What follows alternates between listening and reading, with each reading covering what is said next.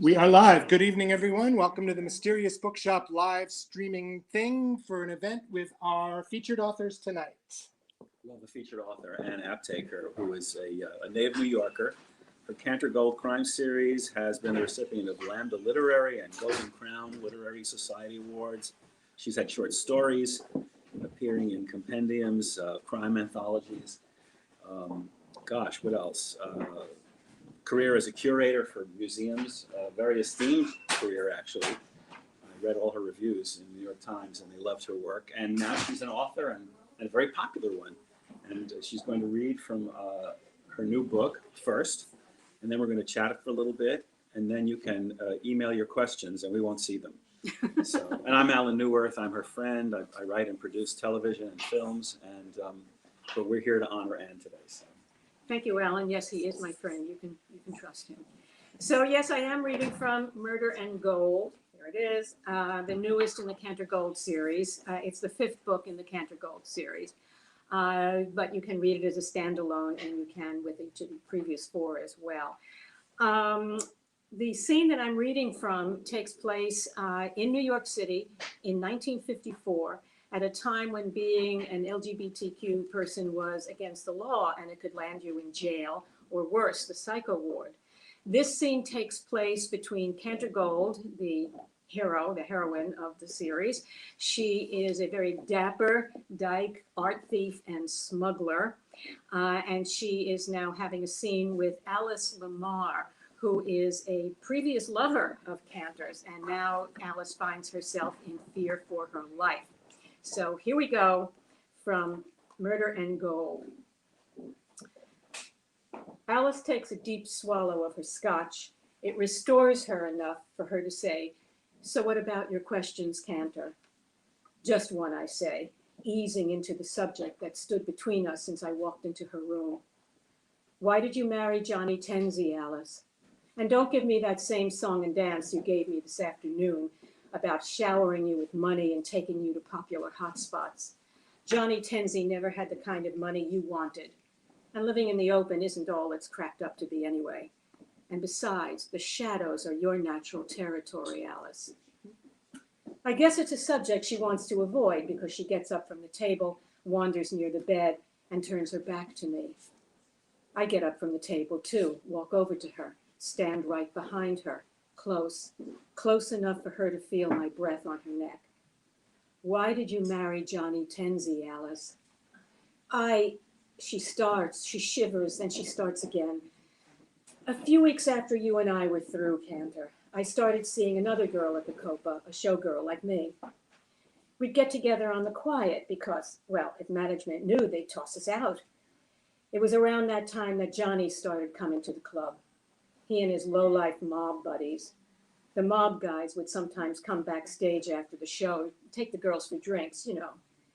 One night, Johnny asked me out. One of his gangster thugs was standing right next to him. I felt trapped. You don't say no when a mob guy wants your company. So I went. After that, Johnny came around every night.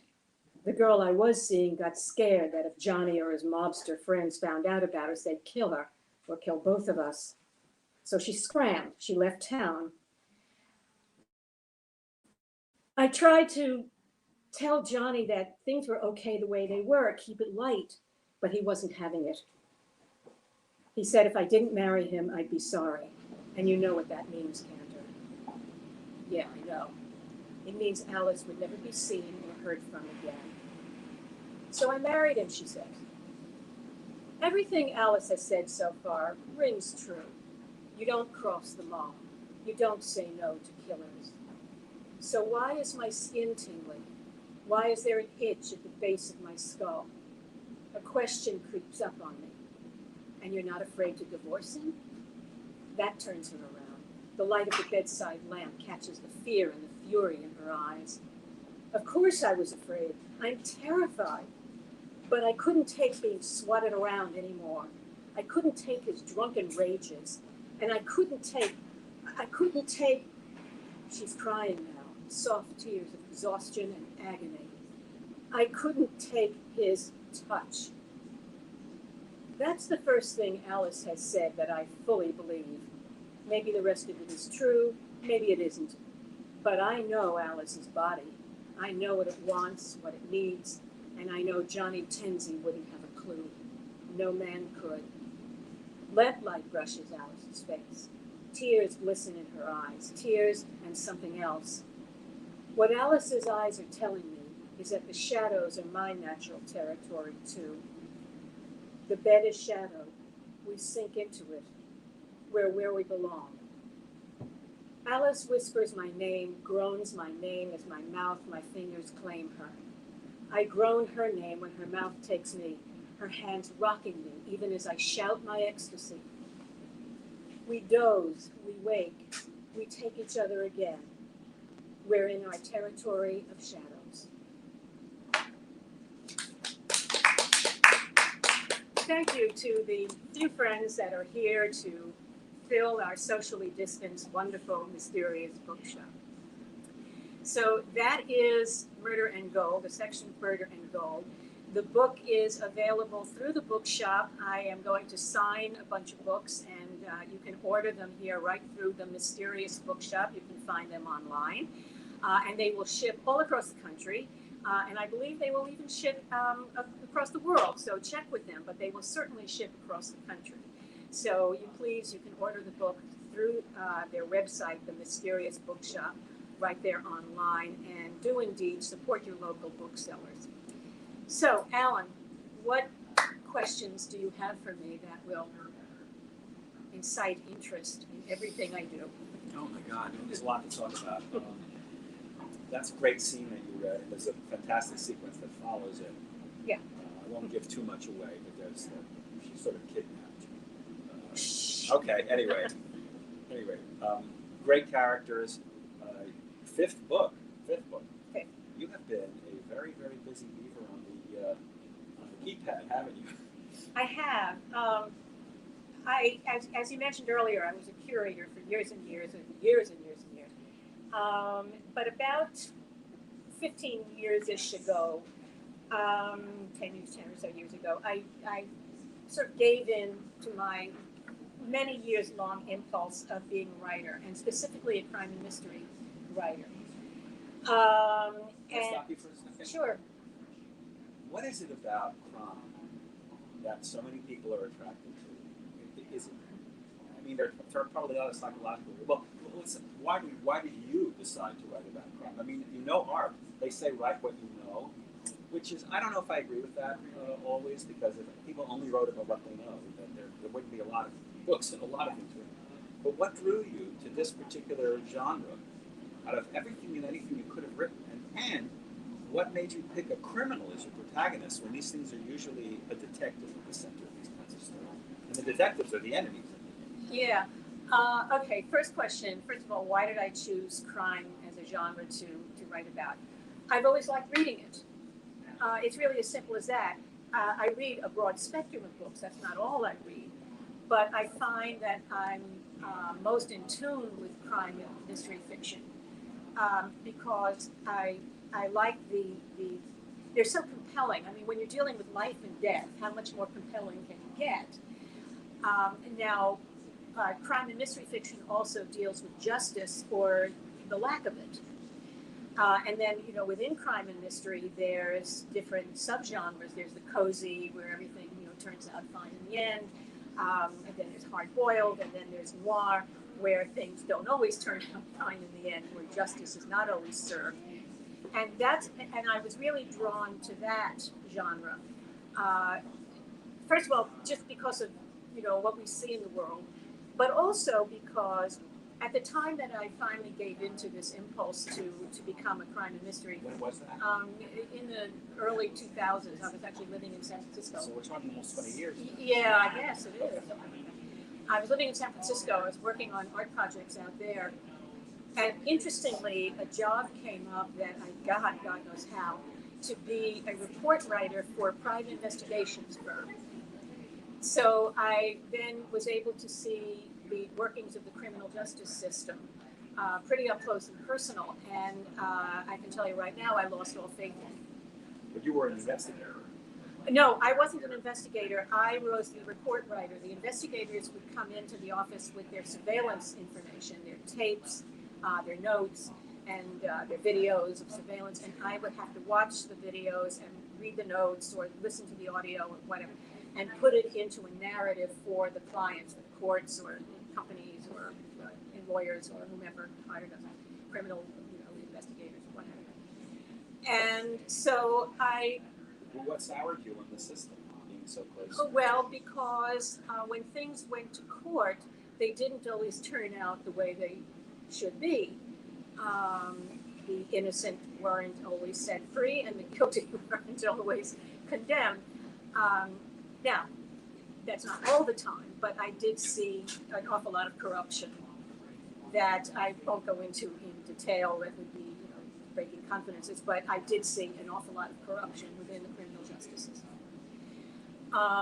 So at the time that I was doing this, I took this job and I got it really with luck because I had no experience in investigations at all. But I got it on my writing ability, actually. So I had to take a writing test for it since I was a report writer. Well, I took the job because I wanted to see what the criminal justice system was like, because I wanted to write crime and mystery fiction. So you already were thinking you wanted to write it. Absolutely. I sort of was starting to dabble, making notes and this and that. And the character of Cantor Gold was in my mind, but I originally had her as a private investigator. But once I lost faith in the criminal justice system, she really gelled, because I knew she had to be on the wrong side of the law. She had to be a criminal.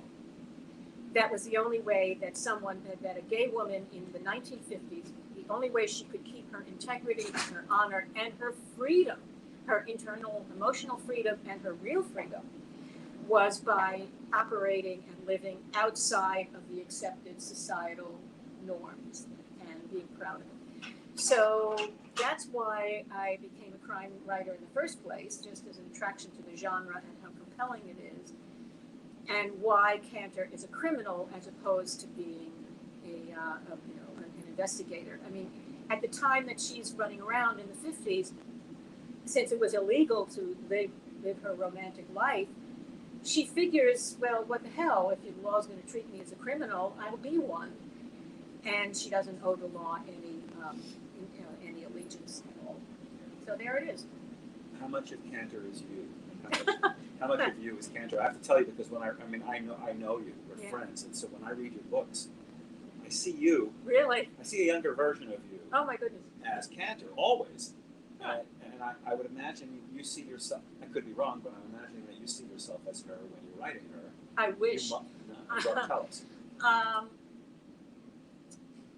That's a tricky question to answer, since, as a writer, and you're a writer, there's a bit of you in every character you write. So I guess I could say Cantor being the main character and appearing on, ever since it's written in first person present, she's on every page, there's probably more of me in her than in other characters. But in other ways, she's not me.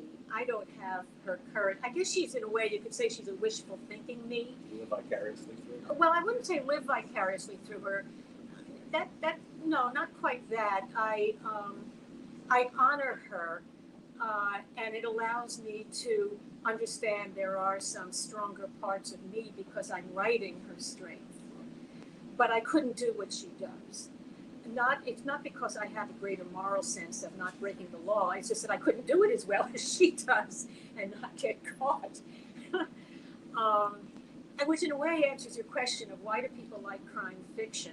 Well, I guess people like to see justice done if it's that kind of book. But I think a lot of people also like to live vicariously through the criminal because they do things that we can't do, and they free us. They free our psyche, because the real world is very oppressive, and I don't mean only in the obvious, truly oppressive, prejudicial ways, but even in the small ways. Waiting online for 6 hours at the DMV is a grinding experience. And a criminal can just come right through all of that and steal the license, this license plate or whatever. So you have criminal envy. Oh yes, I do. I think a great many crime and mystery fiction readers have criminal envy, and that's a wonderful way of putting it. I think I have to steal that sometimes. But and I'm not trying to drive this home it seems that we make criminals into heroes in fiction, and not only in fiction. I mean, if you look at John Gotti, he was a hero in his neighborhood for doing firework displays. We have so many films now that are centered around it, and not that many TV shows. Although there is Dexter, who's a serial killer. But I don't know. I think maybe is society fascinated? Oh yeah, they always have. Bonnie and Clyde. Yeah. Even during the 30s, people just worshipped John Dillinger. They were mourning when he died, when he was killed by, the government, by the G-men at the time, the pre-FBI. And 75 million people voted for him. That's really something. Yes, indeed.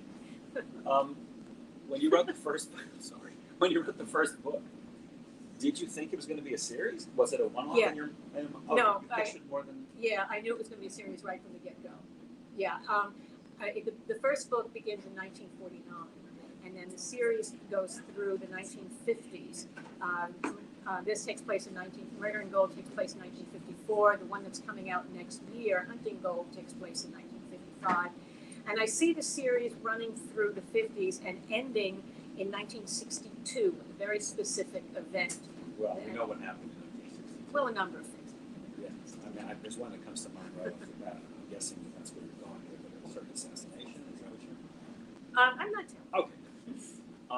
So you had it in mind as a series from the beginning, and then you kept on writing more books, obviously, and they're wonderful books. I mean, I was telling you before, they're like, for me, I purposely did not blow through this book too quickly because we're so used to binging everything now. I savor every chapter. It's like eating from a box of chocolates and truffles if you like, and I want to make it last.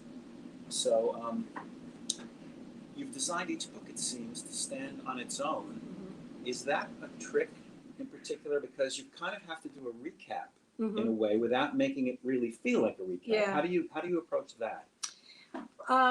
Yeah, it's a technique sort of thing. I mean, you just find a place in the book or a sprinkling through the book, but starting early on, of cluing people into where Cantor was before, why she feels the way she feels.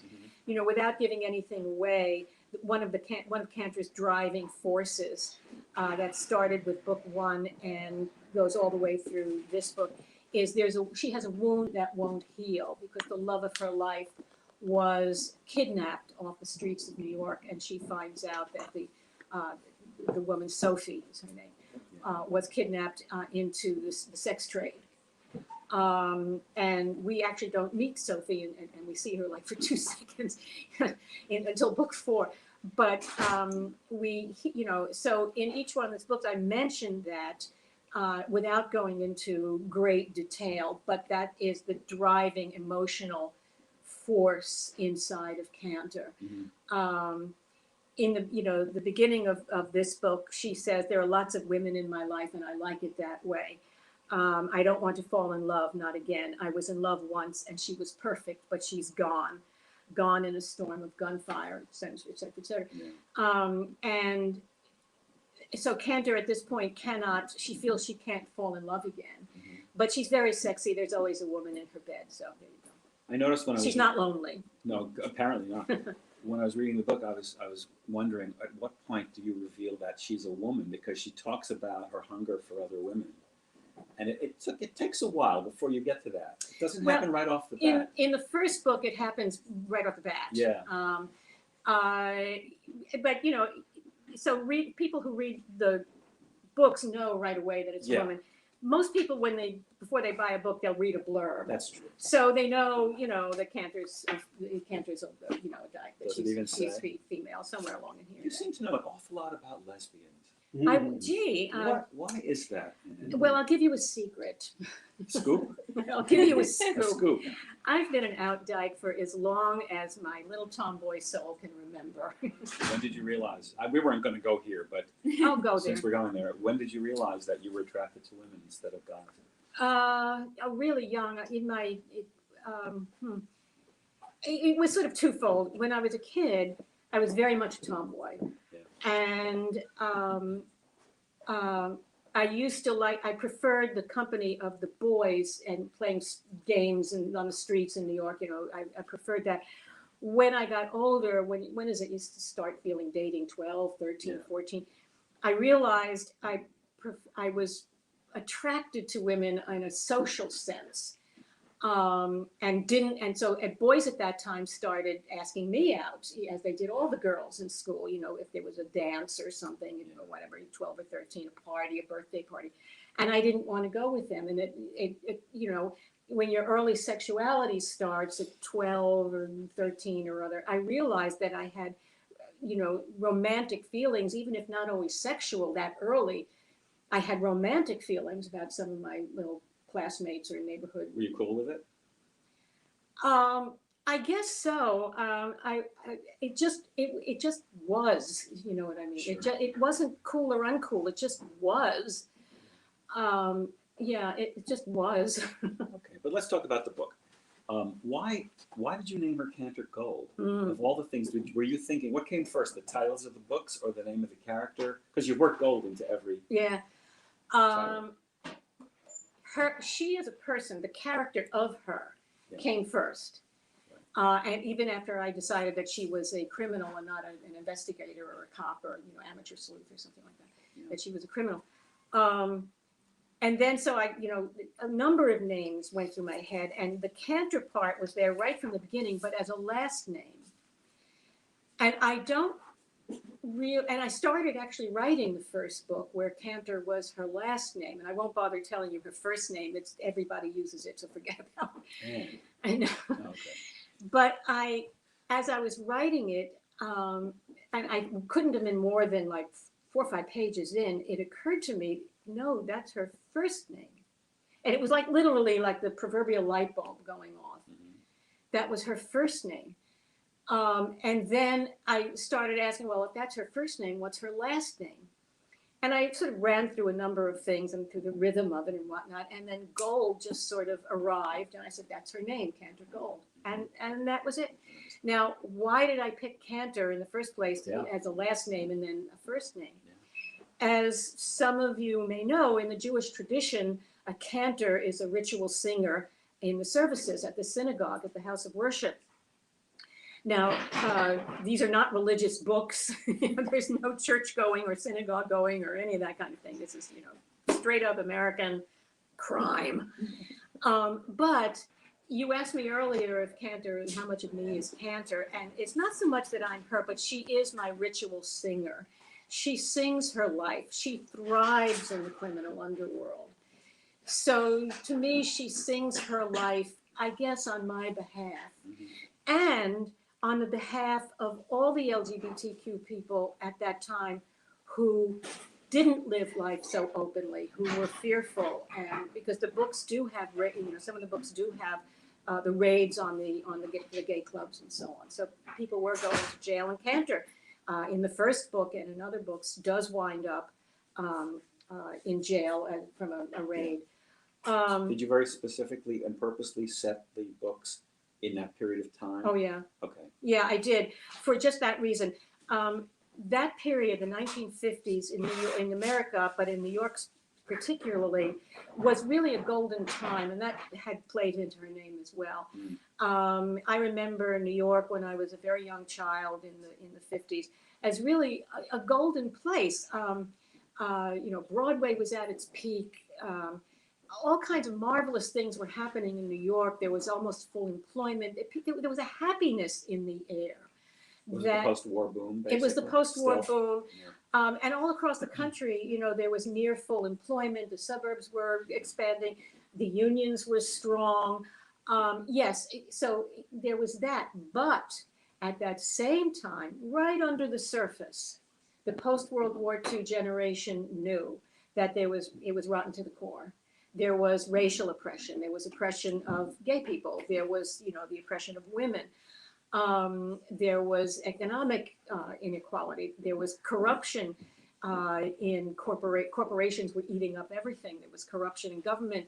Here in New York, of course, there was the famous corruption and the hearings about it on the waterfront. So all of that was happening in New York at the time. So this dichotomy between the golden city and the noir city right underneath it, and you have to remember, post-World War II was when film noir blossomed because of that ethic that people understood that on the surface it was golden and underneath it was rot. And so that period, that dichotomy interests me. Yeah, And Cantor navigates between the two. absolutely. Again, coming back to the write what you know, it's before your time. Mm. Most of that, all of it. So Well, how much? I was- Well, most of it. I mean, you weren't privy to a lot of what you write about. You couldn't possibly have lived. You were too young. So how much research do you do to write these books? Because you're very, very specific in detail, description, in everything. I mean, you paint a very vivid picture of, especially of mostly of New York, and a very particular part of New York society and underworld. Yeah, I had to do quite a bit of research. Yeah.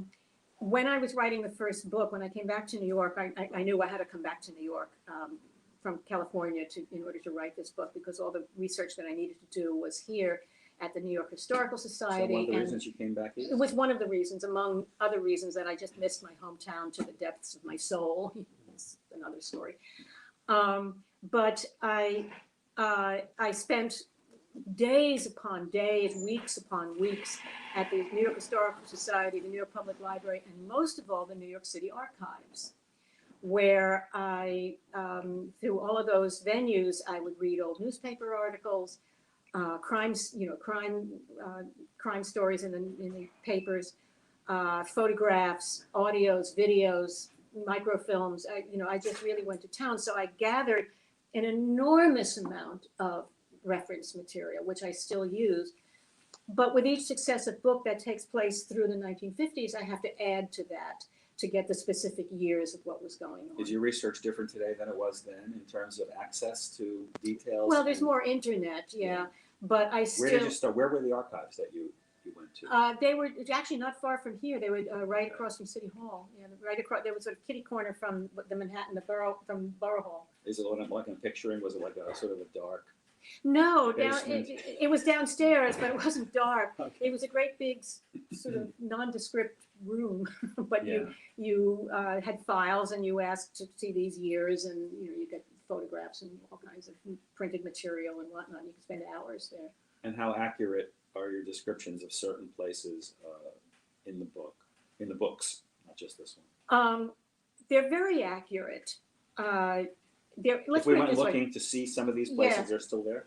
Yeah, well, yeah. I mean, I talk about the New York Public Library. Sig L'Oreal lives lives off Bryant Park, so there's the New York Public Sig Library. L'Oreal is the crime kingpin. Yeah, he's Well, one of them, but he's the main bad Yeah. guy of all the books. he's Mr. Big Shot. Yes. And in fact, the place that he lives in, the apartment, the building that he lives in, is actually an office. He describes it, and it was an office building when it was built. And I have him having bought the building, living in a penthouse. And that building actually really does exist today on 40th Street, but it's no longer an office building. It's actually a hotel now. Which hotel is it? The Bryant Park Hotel. But at one time, it was the original American Radiator building, which the artist George O'Keeffe made famous in one of her paintings. But I put him into it with its golden arches at the top. It really sort of a perfect place for him. And so there's other places around town that are, specific, that I really do address specifically. In other places, like somebody's apartment house, somebody's brownstone, that particular building may not exist, but it is accurate to the street or the neighborhood. Right. So just briefly talking about process a little more, how much time do you spend on research as opposed to actually writing? How much thinking do you do? How long does it take you to come up with the plot, the idea, the driving force, or the mystery, whatever it might be for each book? And do you know before you start to write, or do you have discoveries along the way as you're writing? Discoveries along the way. So tell us. I always have a starting. When a book comes to mind, I have a starting place, but I don't necessarily have an ending place. But you know what the book's going to be about. I know what it's going to be about as far as the emotional core. What drives her, what drives Cantor and the people that are either her associates or her antagonists. So I know that this book is going to be about this, and the murders take place as a result of this, and she has to, coming from this emotional place, she has to find out who's killing her. Other than that, I don't know. I don't know who done it until Cantor does. Now, there are other writers who, have to plot everything out, and more power to them. There's no better or worse about it. But for me, the great joy of writing is, and especially the great joy of writing mysteries, is the mystery. I don't know who did it, who's So the you're guilty party. surprised. I am often surprised, yeah. And then I realize it couldn't be anybody else but that person. I was going to ask you something else about that. I forgot what it was. Your readership is mostly LGBTQ, I would imagine. Mostly, but nicely, I can say not all. I do have a general readership. I hear from them through Facebook. I get messages through Facebook. Read your book, think it's great. La la la. Lovely people say lovely things. So yeah, I have to say my core audience at this point is in the LGBT community, but I'm also very proud of the fact that it's not exclusively that. And I think it's because Cantor is a lesbian, but the books are not about that. It's about this woman who is different. Let me put it this way: I get a lot of messaging from heterosexual women, from straight women, I was going to ask you this. who really like the books, and they and almost uniformly, once they say they like the book, they like the plot, something. What they like about Cantor is that she is a woman, a different kind of woman than they are, but she is a woman who's taken control of her own life, particularly at a time when women, gay or straight, couldn't control their own lives in mid-century America. So straight women very much like that about her, that she thumbs her nose at a system that keeps women in the secretarial pool or the kitchen. And so the straight women readers like that. And so I'm very proud and pleased that my stories can touch a universal readership. Do you hear from male readers too? I do, yeah, I do. They don't identify with Cantor as a freedom kind of thing. They kind of like the criminal part. They get off on how sexy she is. That's fine, she's all those things. I think a good hero of a book can be sort of all things to all people. In other words, what these readers are telling me is that I've created somehow or another a well-rounded human being that touches other human beings, and I'm very proud of that. I mean, it reads like a television series in a way, because you want to revisit these characters every time. I know what I was going to ask you before. Do you feel pressure when you start a new book each time, knowing this has to be different? Yes, it's the same character. You take great delight in these bringing the villains back. Certain characters recur, but is there a pressure on you at all to make it something fresh and new each time? Yeah, I have to say there is, but I enjoy writing them so much that it doesn't feel like pressure. It occurs to me once in a while to say, oh, have I done this before? Have I touched on that theme before? But it doesn't really weigh on me. For instance, in this book, in Murder and Gold, there's without giving it away, there is a particular theme that sort of runs through it. And in the next book, I've actually enlarged on that theme and made it even more personal to Cantor, because Cantor, I as the writer and Cantor as the person living this life wasn't quite finished with this emotional experience, this need to find her place in the world. So that book actually deals, it sort of takes the theme from this book and moves it even further. So this sort of establishes some certain things that she's going through. Is that what gives you the idea for the next book? Basically, what happened in the prior story? Not always, no. The first four, no. Although the first four were the sort of a Sophie arc. And now with this book, we start a next arc. Yeah. And how many more do you think you have? I don't know. I know they ended in 1962, but how many it's going to take to get there, I'm not sure. I don't know. So we're not going to see Cantor. It's the gold on Mars.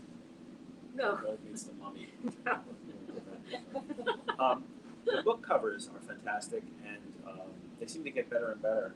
Although, they're all wonderful. But tell us about this one. It's, for those of you streaming, it's just very, very pretty. Yeah, this one was. How much creative input do you have into the designs of the cover? Well, this one I had very little because I sort of didn't need to. This book is published by Bywater Books. It's the first of the series published with Bywater. And Bywater's cover designer, Anne McMahon, is frankly brilliant. So Anne sent me a few ideas that she had. This was one of them, and she had a few others for, for a Cantor Gold sort of thematic thing. And the one that was closest to this one, excuse me, is the one I said, ooh, I really like that one.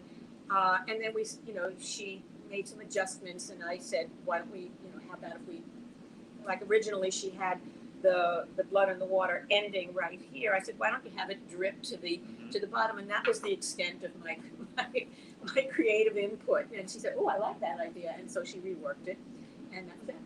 Very nice. Yeah, she's marvelous. She's absolutely brilliant. Yeah, I guess it's sort of like asking a parent who their favorite child is, but do you have a favorite book so far out of all the old books you've read? No, I don't have a favorite book because the book that I'm working on at the time is the favorite book. To me, the book that I'm working on is better than all the others before them. So no, I don't have a favorite book. I do have some favorite characters. Can I guess? Try. Mom Shinedown. Oh yeah, she's one of my favorites. Absolutely. She's based on a real person. Tell us who she's based on two real people. Actually. Tell us about her and tell us who she's based on. And this isn't going to be a spoiler. No, because she comes. She's in all the books. She's based on two people. She's based on a real person. Mom Shinedown in the books is a fence, meaning that she receives and sells stolen goods, and she works with Cantor a lot. Cantor will give her, things that she's stolen, and Mom will move them to the proper buyer. So she's based on a real fence in New York, but from the early part of the 20th century, mostly late 19th century, named Marm Mandelbaum, Frederica Marm Mandelbaum. And I based Mom Shinedown, Esther Mom Shinedown, on Marm Mandelbaum. As far as who she is and what she does and her background, the whole immigrant thing, is strictly Marm Mandelbaum. Her personality is my mother. So when you read the books, you'll figure out there's mother issues in my life, but there's mother issues in so many people's lives, and I get emails about that too. Do you? Oh yeah. What do people say? Well, they ask about why I named her Mom, and I tell them just what I told you, and so they go, I was wondering about that because she's so much like my mother. We have these issues, and okay. I mean, in several books earlier, she confessed that she never liked Cantor. Yeah, well, yeah, she breaks Cantor's heart, which mothers do. So. Yeah. And I'm guessing that L'Oreal is one of your favorite characters, yeah, or not? Yeah, well, he's a little tough to like, but I love writing him. Okay. Because he lets me really just delve into the dark night of the soul. Is he based on anyone in particular? Yeah. I see him as Sidney Greenstreet in my head when I'm reading him, but no, actually, Sidney Greenstreet, in the previous books, if you remember, Cantor's lawyer, Winnie Maximovich, is Sidney. I pulled that right out of Sidney Greenstreet. So if any of you read any of the previous books and you come across Cantor's lawyer, remember Sidney Greenstreet from Maltese Falcon and Casablanca. It's Sidney Greenstreet right up and down the pike. Absolutely. Yeah. So who are your favorite characters other than Mom? Well, one of my favorite characters I introduced in book 2, Vivian Parkhurst Trent, who is a curator at the fanciest museum in town, which everyone will recognize as the Metropolitan Museum of Art. And she's the curator of European art, European paintings in the 1950s. And I liked her so much that I brought her back in this book, and she also will be in the next book. She wasn't in books 3 and 4, but I knew when I wrote her, I knew she had to come back at some point after Cantor went through some other, life experiences. So Vivienne is back because I really liked writing her, and I liked She's her. rather haughty. Yeah, I liked her. She's a high society. She was born into high society.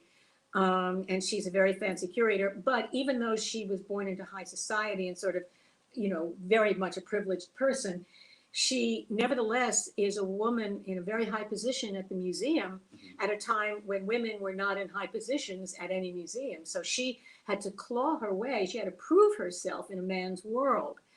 And so Cantor, respects that and identifies that with that. And so they have this relationship.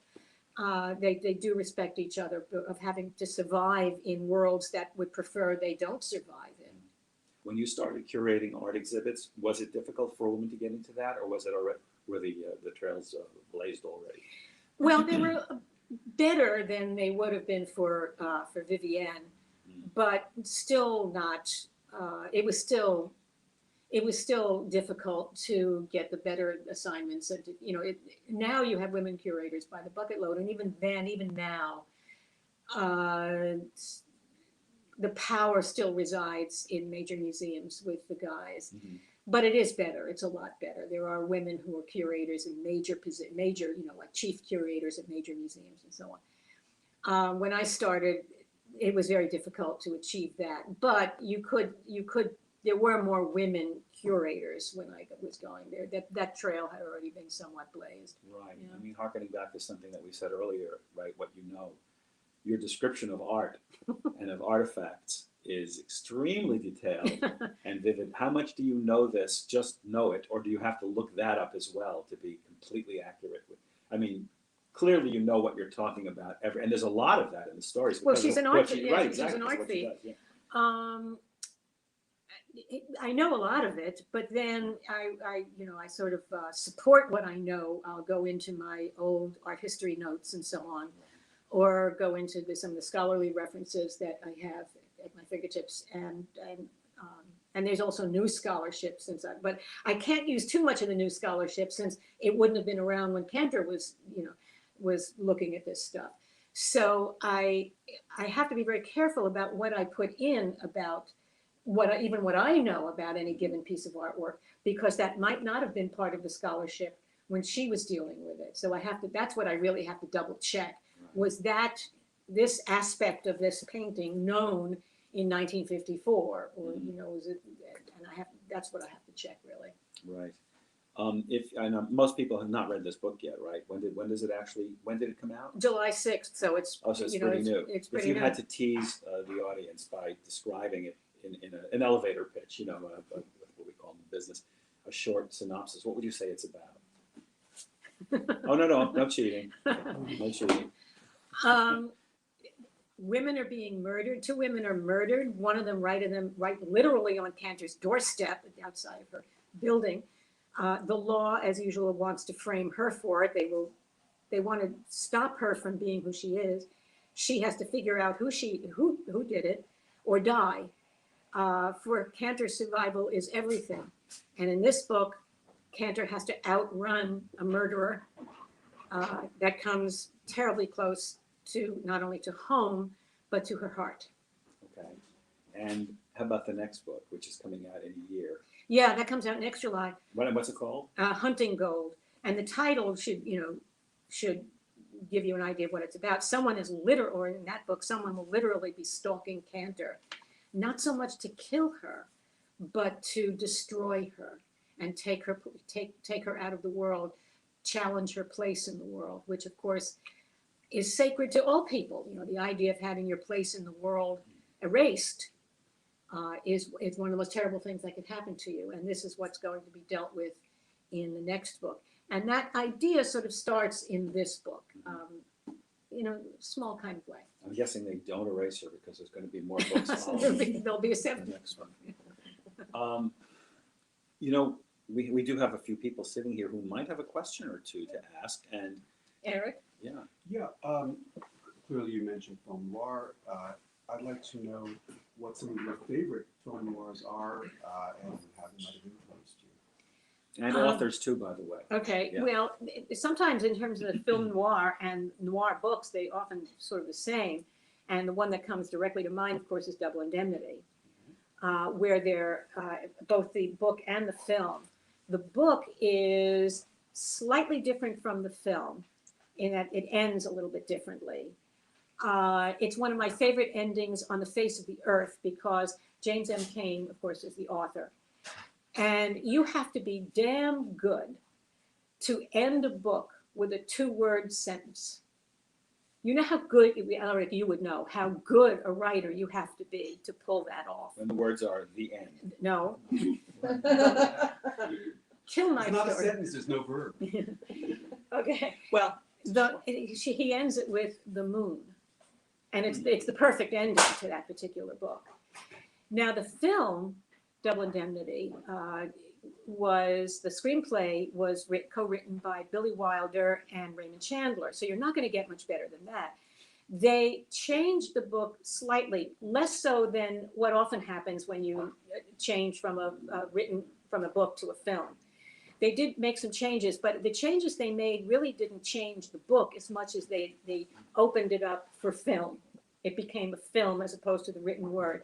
But they kept the absolute soul of James Cain's book. So I would have to say that that book and that film are my 2 favorite film noir and literary noir. Other than that, in terms of books, Cornell Woolrich, Paul Kane, no relation to James Cain, and in films, anything with Richard Widmark. That whole era of the or DOA, where he's dead the minute the film opens, walking away from Walking Dead. I like these stories that deal with the idea that you're not going to win. There's always hope.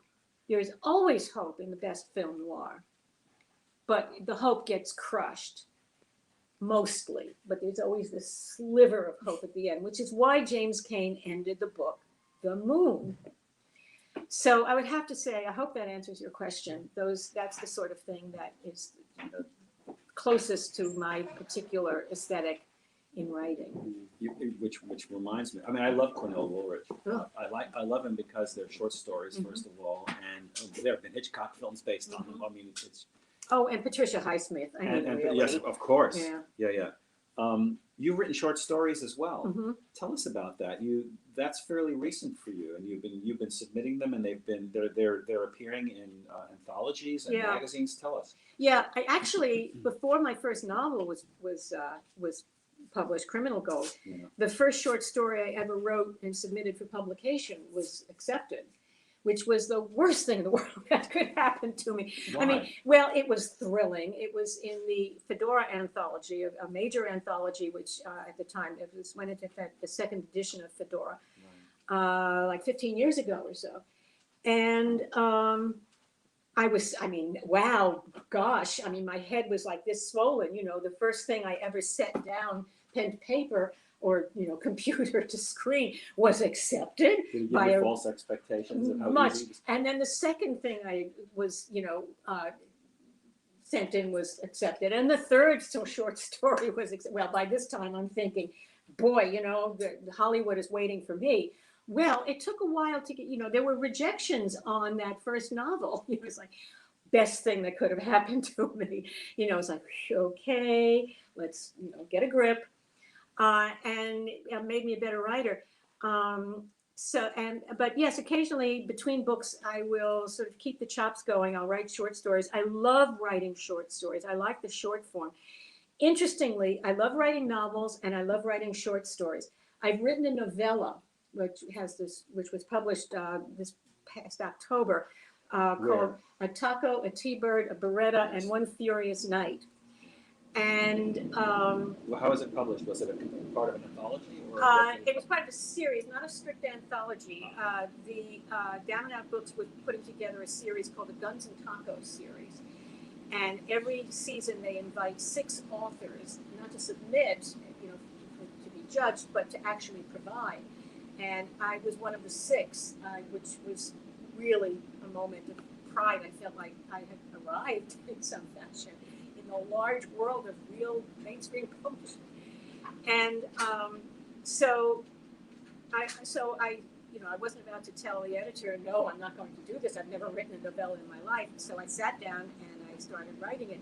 It was the most difficult thing to do because it was neither a novel nor a short story. It was that in-between length, and developing the story and the emotions and the characters was like, if I go down this road, it's going to be 300 pages. If I go down this road, it's going to be 5 pages. I mean, and it was a very interesting exercise. It was the least favorite of the forms for me to write, but they've been some amazing. I mean, like Old Man and the Sea.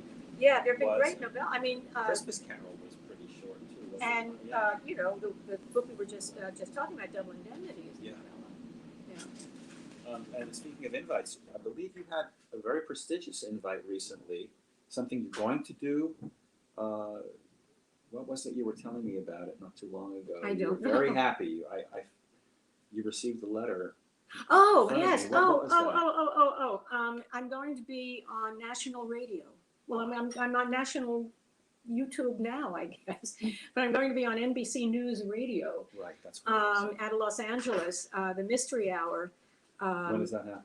Well, they are audioing it, they're recording it next week.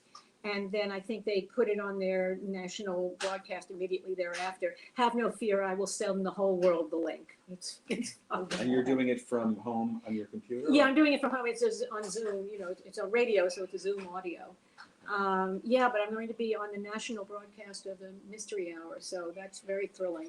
Yeah, Just it to really is don't thrilling. let success go to your head. Well, then I'll transfer it to you, my film and television producer friend.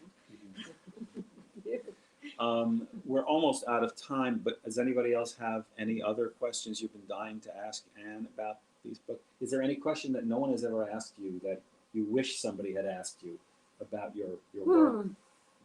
I can't really Is there a question you've been asked too much that you wish they wouldn't ask you? No, it's all fair game. You know, if Yeah. you're an author, you're putting your deepest, rawest self onto the page. Right. Especially in crime and mystery fiction, where you're killing off people. I mean, you're a murderer, let's face it. Yeah, that's what you are. And so if I can do that, then it's all fair game. If I can murder people left and right on each page, then anybody is free to ask me whatever the hell they want. You know, there's no sanctuary for me. Yeah. Fair enough. So the only thing I can tell people is the book is available here at the Mysterious Bookshop. Find them online, the Mysterious Bookshop. Just Google them and there they'll be. MysteriousBookshop.com, I believe, but you can just Google the Mysterious Bookshop. You can order it through them and they will ship it to you. Or if you're in the New York area, drop by. I'll be signing the books and you'll have a signed copy. And if you want it unsigned, you can specify that too. Could you sign it in invisible ink so I get it signed? Yeah, and then you can, that's fine. So thank you for everybody who's watching this right now or who's going to see it on tape or whatever medium this is. Internet. I don't know anymore. Digital media. And Thank you, and everyone. thank you, studio audience, all of you. And thank you for writing another great book, and I can't wait to read the next one. Well, thank you, Alan, for being my friend My pleasure. and for being here and asking me great questions and all Listen, that. you're paying me, so what the hell? No, don't listen to him. Thank you all. Bye. Bye at home.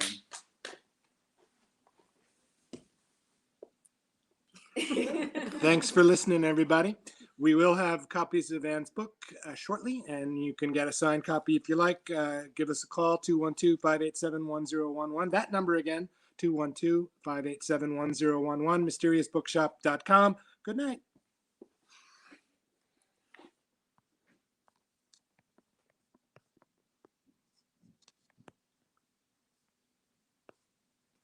There it is.